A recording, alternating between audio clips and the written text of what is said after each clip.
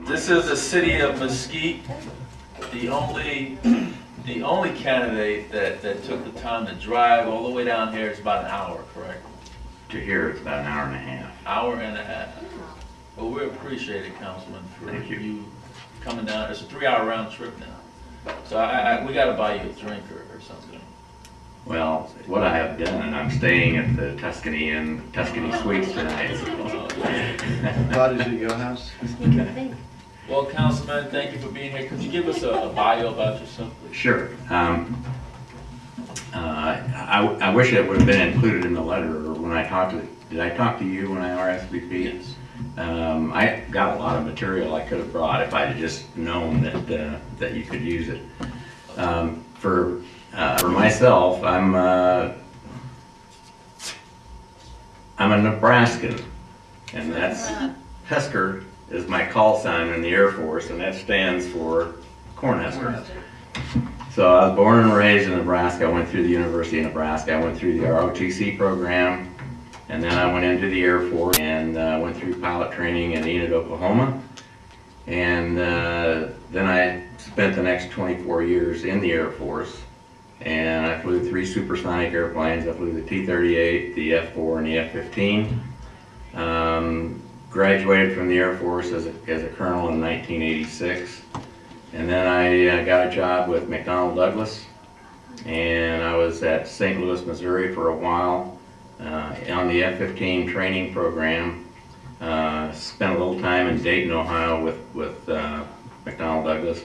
Then I spent 5 years in Saudi Arabia on the F-15 program, and we were teaching the Royal Saudi Air Force how to fly the F-15, which McDonnell Douglas had sold to them. So 5 years of that. When I came out of there, I retired out of Boeing. I should say I became from McDonnell Douglas. Became a Boeing employee before I retired. And then I spent 1 year with another company out of Phoenix, and living in Texas at the time. My wife, when I was stationed here at Nellis Air Force Base for a couple of years, I met my wife, and she wanted to come back to Nevada. So she grew up here in Las Vegas. She's got 2 kids that were born in Boulder City, and she wanted to come back to Nevada. And I said, well, let's take a look at Mesquite. And she says, do you know what Mesquite is? You know, she remembered it as a truck park, basically. And I said, yeah, I think I do. So we came out here, looked at Mesquite, and we followed the motto of Mesquite: spend a day, or come for a day and spend a lifetime. So that's what we basically ended up doing. When I moved out there, I felt like I was too young to go to pasture, and I had never been able to be involved in communities, you know, obviously because of moving around most of my life.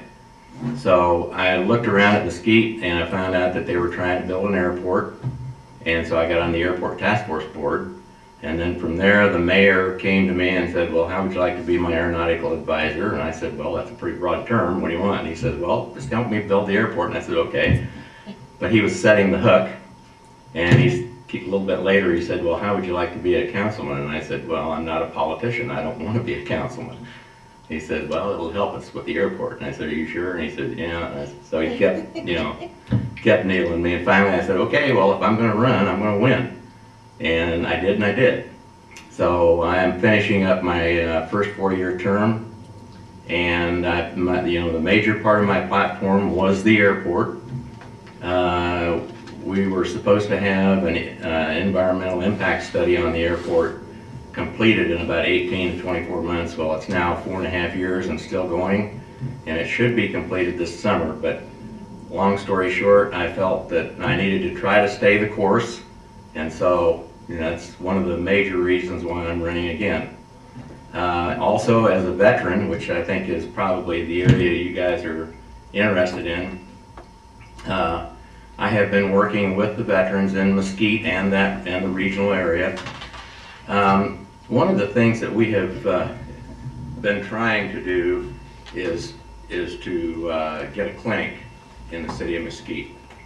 And what we have to do is we have to get at least 1,300 signatures in that area in order to justify a clinic. So that's one of the things that we've been trying to do, and one of the obstacles that we've been running into is that the veterans that are there are registered in another state. You know, because we have a lot of snowbirds that come in, they're there for 6 months, and they don't want to register here in the state of Nevada because they're afraid they're going to have to take another physical and they may lose the benefits that they have. So trying to get them to, you know, to register in both places has really been tough. But anyway, we've got that going on. The veterans are trying to build a veterans center in Mesquite, and the primary purpose of that is for counseling, post-traumatic stress disorder, those kinds of things. We don't have the wherewithal to handle homeless veterans, but we do have hotels there that we can put veterans up if the need arises. The other thing that we're trying to do is have a piece of a cemetery dedicated to the veterans. And because of the veteran cemetery in Boulder City, we're too close to have a veterans cemetery. But what we can do is when we dedicate a new plot of ground for the city of Mesquite, we can reserve a section of that for veterans. The reason I'm staying at the hotel tonight is because I'm leaving tomorrow morning for Washington, D.C. And while I'm attending the National League of Cities, I don't know whether any of you know what that is. Yes, sir. We have a Nevada League of Cities, and the Nevada League of Cities goes over issues that are important to the state, and then they take them to the legislators in Washington, D.C. and present these issues. Well, they also have the same thing for the National League of Cities, where you come up with issues that are nationally important. And so I'm attending that conference, and while I'm there, I have an appointment with John Metzler, who is the superintendent of the Arlington National Cemetery. And I'm going to meet with him, and we're going to discuss, the plan that Mesquite has to see if that's going to work. I've given you part of my platform. Oh, you're good. You're good. I'm good? Yeah, yeah. Are you tired? No. I'd like to ask- Maybe a little bit. I'll ask a question. I'm gonna get questions. We want to ask a couple questions. The first questions I have, Councilman, is that gaming revenue from Mesquite is down 24% the last time I checked. What is Mesquite doing to improve revenue within that city? Because I know you guys have St. George borders you, and Vegas is about an hour away.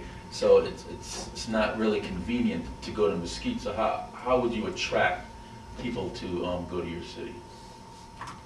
I hope I don't step on any toes by answering this question, but since I've been on the council, one of the things we have done is approve a new casino called Solstice. I don't know whether any of you have heard of it.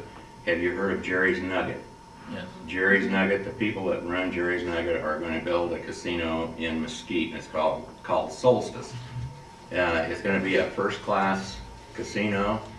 They're going to have a retail area around the hotel and the casino, and they're going to have an upscale RV park around it.